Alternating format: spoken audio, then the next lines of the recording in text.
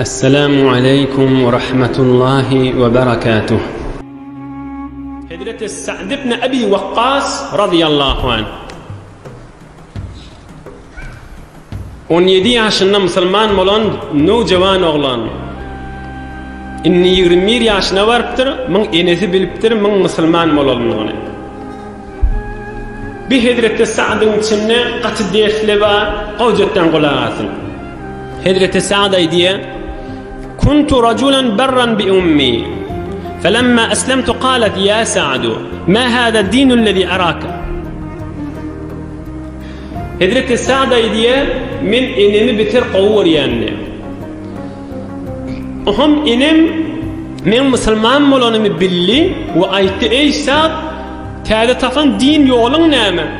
Sen de Muhammed'in ýerine düşýärmi?" diýdi sallallahu aleyhi ve sellem. "Ey Sa'd," diýdi enem, "men de enem gowurýärligimi enem bilýär diýäda." Oham aýtdy: "Ey Sa'd, eger şu dinden öwrilmeseň, ölýänçem iýiçmerin. Oham ajygyp açlykdan öler, oham sana ar ederler. Ey enesini öldürenlerle meşedip ölerin, iýiçmerin" diýdi men enem diýe Hazreti Sa'd. 2-3 gün düp iýmedim, içmedim diye. Men enemi gowurýärligimi bilýär, ýaxşylyk etýärligimi bilýär. Hey ene iýsene diýdirjek boldum bana. Emma 2-3 gün geçti, enem de horlandy. Oham men aýtdym: "Qultu ya umma, wallahi law kanat laki 100 nafsin fakharajat nafsan ma taraktu din Muhammed sallallahu aleyhi ve sellem." Ay ene biderek iýiçmän durma. Iýiçibe Hudaý bilen ant bolsun. Häzir bir janyň ma. Eger 100 ýana janyň bolsa, yeke janyň çykyberjek bolsa, 100'e çykasyn, men Rasulullah'ın dinine bermerim.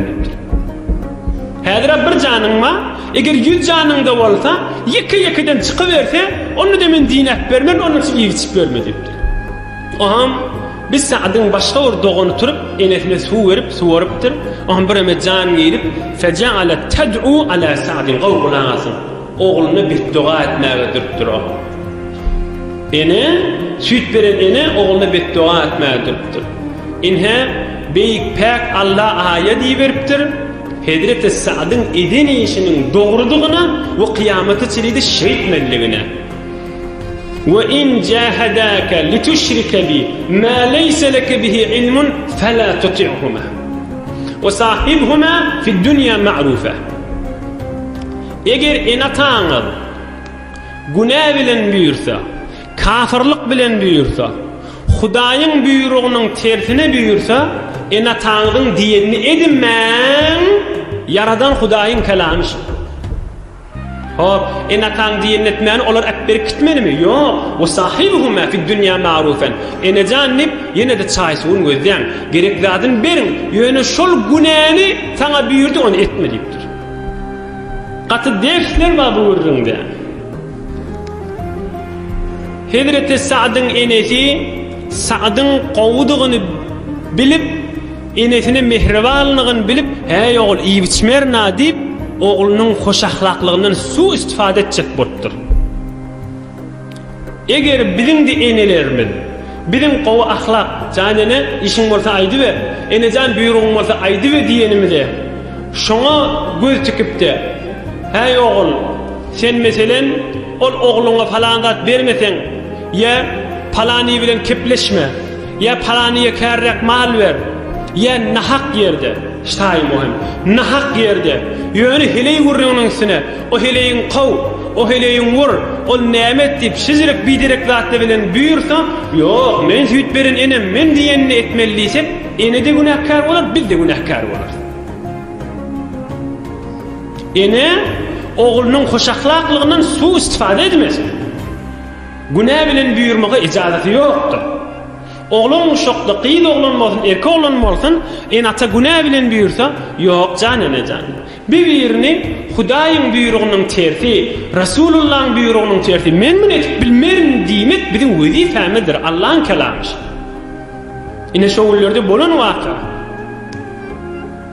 Sahabalara qiyinçilik berdi hala, bulun zatçı.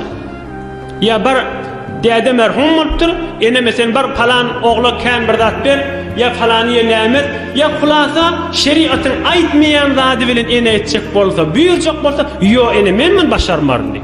Bu taada özünün peydasy bolanna ya bir başga bir zat bolsun, men ene aýdyp da dip yo. Enen kesip bolmaz Hudaýyň buyrugynyň tersi bolsa. İkinci ders almaly zat ay enamatam namazy okuymaýa, enamatam maňa günä bilen buyurýar diýip äpber gitmek bir de dogry zat däl.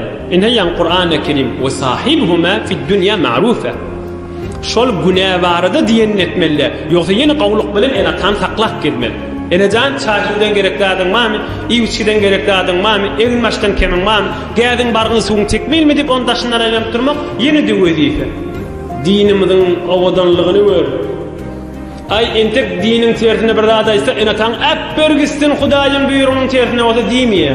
Diýenini edme, ýöne gowluk bilen saklap gel enatan diýe. Owadan bernamasyny gözde. Üçinji ders almaly zat. Ey imanly dogallar, ey jowan dostlar. Hudaý Taala enatamyda uf diýmeli dälipdir. Enatamyda uf diýmek dogry däl. Onu da günä bilen mürse etmän diýdi. Öz enemiz günä bilen buyrugyny etmeli däl bolsa, dostum aýtdy, heleýim aýtdy, ärim aýtdy, ya näme aýtdy diýip günä etmek dogry boljak.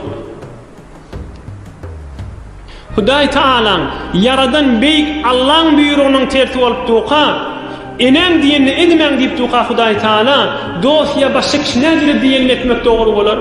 Näjire dostun ya bir zadyň ýüzüne galyp, ya heleýiniň ya doganyň ýüzüne galyp, din bernamadan galyp, öz imanyna zerer bermeli. Gaçy iştibalatdyr. Gaçy soňra ökünmege ýetirýänler. Näme üçin? Men iltemese ridan nasi fi sahatillahi azza we jalla. Halamın adamı eşitsin, hala eşitmesin. Halamın halk kulak assın, hala kulak asmasın. Resulullah can bir kanun aydıptır. Her kim heleýiniň, äriniň, enesiniň, atasının, dostunun, dogonunun ya başga kişiň göwünni tapjak bolsa bir günä iş bilen düşüneýin. Hudaýyň gaharyny getirjek, ýöne şoň göwünni tapjak. Bir günä iş etjek, şoň menen heleýin hoş etjek, ya ärin hoş etjek, ya dogonny hoş etjek, ya enatasyny hoş etjek. Resulullah'ın wa'desi. Meselen bir dogonny hoş etjek günädir. Hudaý näme der diýe? Şo dogonyň özüni şoňa musallat ederin diýipdir. Yani wah men näme diýip şundan çürüm dagy bu kadar işler etipdirin diýip şol adam hem dünýäsinde ökünjek hem kıyamatyny ökünjek. Hudaýyň gaharyny getirip bir adamyň göwünni alsak nerer çeker. Ondan çürüm adamyň göwünni tapjak bolup ýürmäýin. Beýle hoş bolmalymy? Yani hiç kim göwünni tapmalymy? Heýwere tapmaly, Hudaý üçin tapmaly. Dikkat edin, bir kanuny kulliýe diýil, o üstünden geçeýil. Goý metlep kamil bolsun. Ey imanly dogallar, ey keplep duran, ey eşitip duran dogallar. Bir neferiň diýenini etjek bolsaň, nämeden çürüm diýenini etmeli? Bir neferiň diýenini etjek, nämeden çürüm diýenini edilýär? Gowy görülenseň bir. Ýa-da tarapdan bir zat tamamma malyny öltükýän, özüne öltükýän, ertikün işine öltükýän, ya şondan bir tamamma, ya tarafy gowy berýän. Inni sen men musulman, eger gowy berjek bolsak, beýik Allahyny gowy berýän. Eger tamamy boljak bolsa, Hudaýdan tamamy bolýan. Näme diýip bir neferden tamam bolup Hudaýyň diýenden çykma. Ey imanly dogallar, ey musulman dogallar, ey mu'min dogallar. Eger muhabbet da Hudaý Taalaň muhabbetini tapaýyn, Hudaýyň muhabbetini tapsak Hudaý Taala wefata kandyr. Durşuna wefadyr. Hudaý boş berýän nädir? Adamdyr boş berýändir. Bu kadar muhabbet etseňde 10 ýyl soňra äpper berýändir. Ondan awadyragy, ondan pullaragy, ondan gerşikirrägi bolsa äpper berýän zaif insan. Eger mehabbet bilen bir zadın diyenine dilecek bolsa, Hudaýyň mehabbetini tapaýlyň we diyenine diýelim. Yaradan Hudaý, oğul gyýdymyz yaradan, 360 mefselimiz yaradan, ay gün yaradan, yer öýüňi yaradan, alem jahany halkadan, behiş cehennem yaradan, iki dünýäň Rabbul Alamin bolan Allah Taala. Bir zadyň mehabbetinden çürün, gowuruntyň diýenine etjek bolsak, aýa Hudaý Taala ýal bir zat gowurup bilýärmi? Bir zatdan tamaly gowurjak bolsak, Hudaýdan tamaly bolýar. Näme diýip yaradylan ertinem boljagyndan habar ýok, adamdan näme diýip tamaly bolçun diýenine diýip Hudaýyň gaharyna düşmeli. Aýa akyl şuna aýdmýärmi? Aýa iman şuna aýdmýärmi? Aýa insaf şuna aýdmýärmi? Imanly dogully, görünip duran akyl görren kişi.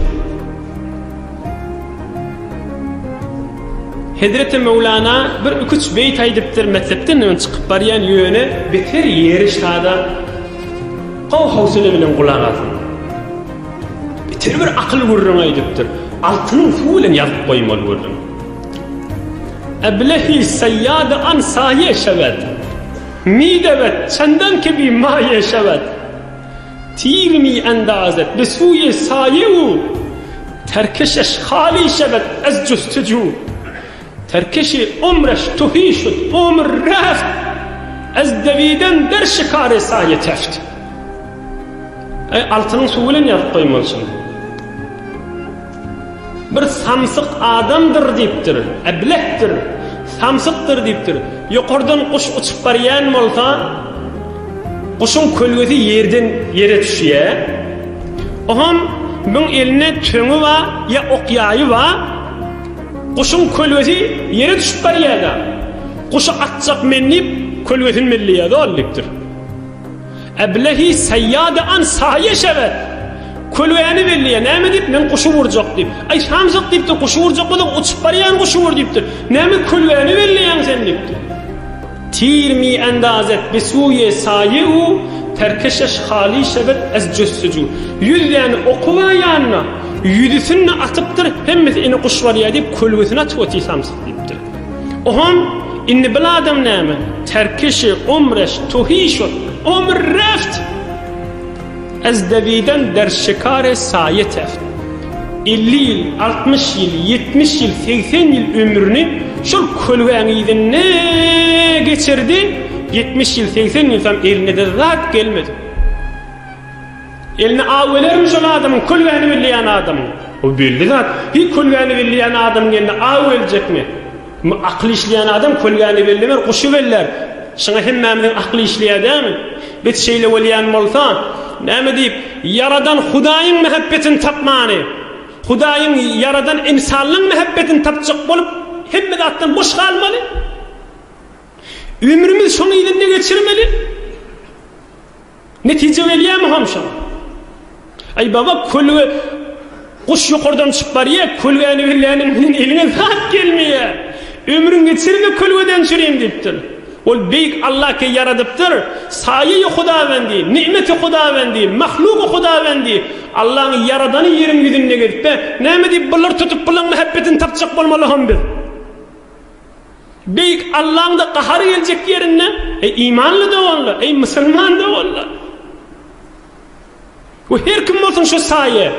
Enata bolsun, oğulgyzy bolsun, dogaňarnyş bolsun, wagtyki yaradan beyik Allah'ın qaharyna düşjek bolandan soňra. Hulasa Hudaýyň mehabbetini tapsaga dünýämiz ahiretimiz abat bolar. Näme üçin? Hudaý Taala yaradan peýgamber dosy bolýan. Hidi Hudaý Taala dosyny sommaldyp goýarmy? Awara edermi? Hiç wagt etip bermer. Awara edip sommaldyp hit goýjak insanlar. Oň mehabbetini tapjak bolyp kölwäň ýerine giden ýanak, kölwäni awatjak ýanak kötünip galar. Hit bolar, ölme daýdýan. Ondan beýik Allah'ın mehabbetini tapsak, dünýä ahiretimiz abat bolar. Gurrun öwürläp durmaýyn, Hudaýyň mehabbetini tapjak bolýalyň. Hulasa, Hazreti Sa'd enesiniň diýenini edimedi, ýani kafir bolmady. Hudaý da onu täýid etdi. Merhaba, barakallah. Soňra näme bol Hazreti Sa'd? gelip Farsy fethedillen miri. Husro Perviz'in kasrının içinde 8 rekat Hudaya şükür deyip namaz okuyan adam. Hazreti Sa'd Vakkas radıyallahu anh. Merhaba. Gelip Farsy fethedip Husro Perviz'in kasrının içinde 8 rekat namaz okuyan adam. Hazreti Sa'd Vakkas inetinin diyen ne demeni imanına gayim durup Hudaýyň ebedi lütfüne düşen adam diýerler.